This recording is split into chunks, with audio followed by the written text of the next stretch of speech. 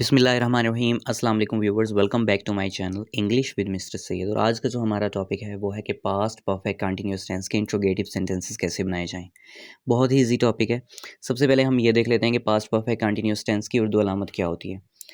उर्दू फ़िक्रे के आखिर पर रहा था, रही थी, रहे थे आएगा, बट साथ क्या होगा, आपके पास टाइम मुकर्रर होगा, वक्त मुकर्रर होगा, टाइम दिया गया होगा। ठीक है, यानी कि इस अलामत के साथ टाइम लाजमी आएगा। दूसरी अलामत क्या है, इसके साथ टाइम होना लाजमी नहीं है। दूसरी अलामत ये है कि उर्दू फ़िक्रे के आखिर पर ता रहा था, ती रही थी, ते रहे थे वगैरह आएगा। ये तो होगी उसकी उर्दू अलामत। अब देखते हैं कि किस किस्म की मिसालें हो सकती हैं इंट्रोगेटिव सेंटेंसेस की। मैं जब भी इंट्रोगेटिव सेंटेंसेस के बारे में कोई वीडियो बनाता हूँ, चाहे वो इंट्रोगेटिव सेंटेंसेस सिंपल हों या फिर इंट्रोगेटिव प्रोनाउंस वाले यानी कि WH क्वेश्चंस वाले हों, तो मैं बारहा एक चीज़ समझाता हूँ, ये बताता हूँ कि इंट्रोगेटिव सेंटेंसेस हमारे पास दो किस्म के होते हैं। एक में जस्ट हम येस या नो में आंसर मांगते हैं कि जिसका आंसर जो है सिर्फ येस या नो में होगा।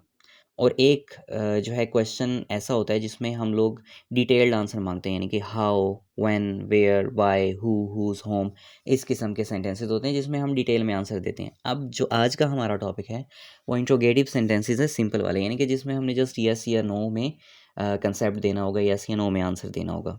मिसाल के तौर पर, क्या अनवार हमें 5 साल से पढ़ा रहा था। अब इसका अगर टेक्निकली देखें तो जस्ट यस या फिर नो इसमें आंसर होता है। इसके अलावा हम इसका ये जवाब नहीं दे सकते कि अ, वो हमें क्यों पढ़ा रहा था या फिर कहाँ पे पढ़ा रहा था, कैसे पढ़ा रहा था, अच्छा पढ़ा रहा था, बुरा पढ़ा रहा था, ये डिटेल आंसर इसका नहीं बन सकता। हम जस्ट यस या नो में आंसर देंगे। दूसरा है, क्या मवेशी सुबह से खेतों में चल रहे थे। अब देखें, सुबह से टाइम भी दिया गया और रहे थे भी आ गया। ऊपर वाली मिसाल में 5 साल है और एंड पे रहा था। दोनों चीज़ें हमने यही कहा था ना कि अगर रहा था, रही थी, रहे थे आ जाए, साथ टाइम मुकर्रर होगा, देन हमें पता चलेगा कि ये पास्ट परफेक्ट कंटिन्यूअस टेंस है। तीसरी एग्जांपल देखें, क्या हम यहाँ क्रिकेट खेलते रहे थे। अब यहाँ पे टाइम नहीं है बट एट द एंड आप अलामत देखें, ते रहे थे आगे। क्या वो अपना काम करता रहा था, ता रहा था, टाइम मेंशन नहीं है बट उर्दू अलामत ता रहा था। क्या वो कई सालों से इस्लामाबाद में रह रहे थे, एंड पे देखें रहे थे बट यहाँ पे टाइम मेंशन है, कई सालों से, फॉर मैनी ईयर्स। ठीक है, तो इस किस्म की मिसालें आने वाली हैं पास्ट परफेक्ट कंटिन्यूअस टेंस में। अब देखते हैं कि इसकी फॉर्मेशन क्या होती है। देखिए, फॉर्मेशन में सिर्फ थोड़ी सी चेंजिंग होती है कि जब हम येस या नो में आंसर मांग रहे होते हैं ना, तो हम फॉर्मेशन वही रखते हैं, जस्ट उस फॉर्मेशन में जो हमारे पास मेन हेल्पिंग वर्ब होता है ना, हम उसको उठा के स्टार्ट में पुट कर देते हैं। जैसे कि यहाँ पे है, सबसे पहले हम लगाते हैं हेल्पिंग वर्ब। अब चूँकि पास्ट परफेक्ट कंटिन्यूअस है, इसमें मेन हेल्पिंग वर्ब हमारे पास है हैड। चाहे सिंगुलर सब्जेक्ट है, चाहे प्लूरल सब्जेक्ट है, हम स्टार्ट में क्या पुट करते हैं, हैड। दूसरे नंबर पे हम लगाते हैं सब्जेक्ट, और सब्जेक्ट के साथ हम लगाते हैं बीन या फिर नॉट बीन।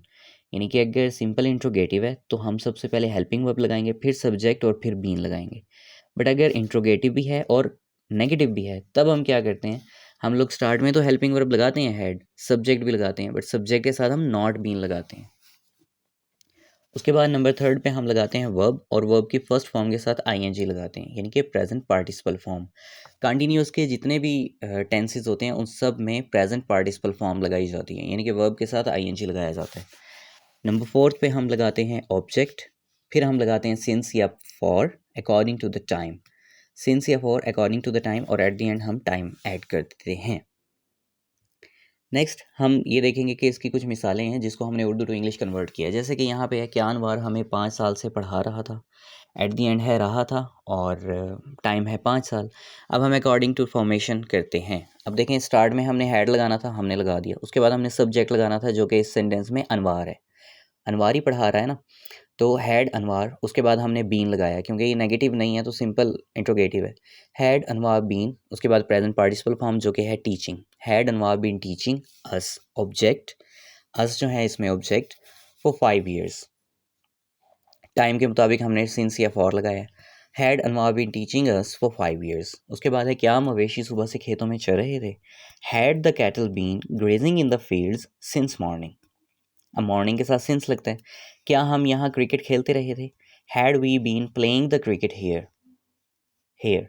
क्या वो अपना काम नहीं करता रहा था, had he not been doing his job या फिर हिज वर्क। अब देखें, यहाँ पे इंट्रोगेटिव भी है प्लस यहाँ पे नेगेटिव भी है, तो हमने सब्जेक्ट के बाद नॉट बीन लगाया, had he not been doing. क्या वो कई सालों से इस्लामाबाद में नहीं रह रहे थे? अब देखें ये भी नेगेटिव भी है, इंट्रोगेटिव भी है। हमने स्टार्ट में हैड लगाया, फिर हमने सब्जेक्ट लगाया जो कि है दे, उसके बाद हमने नॉट बीन लगाया। Had they not been living in Islamabad for many years.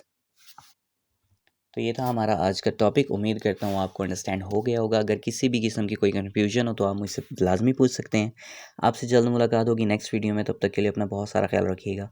जज़ाकल्लाह एंड अल्लाह हाफ़िज़।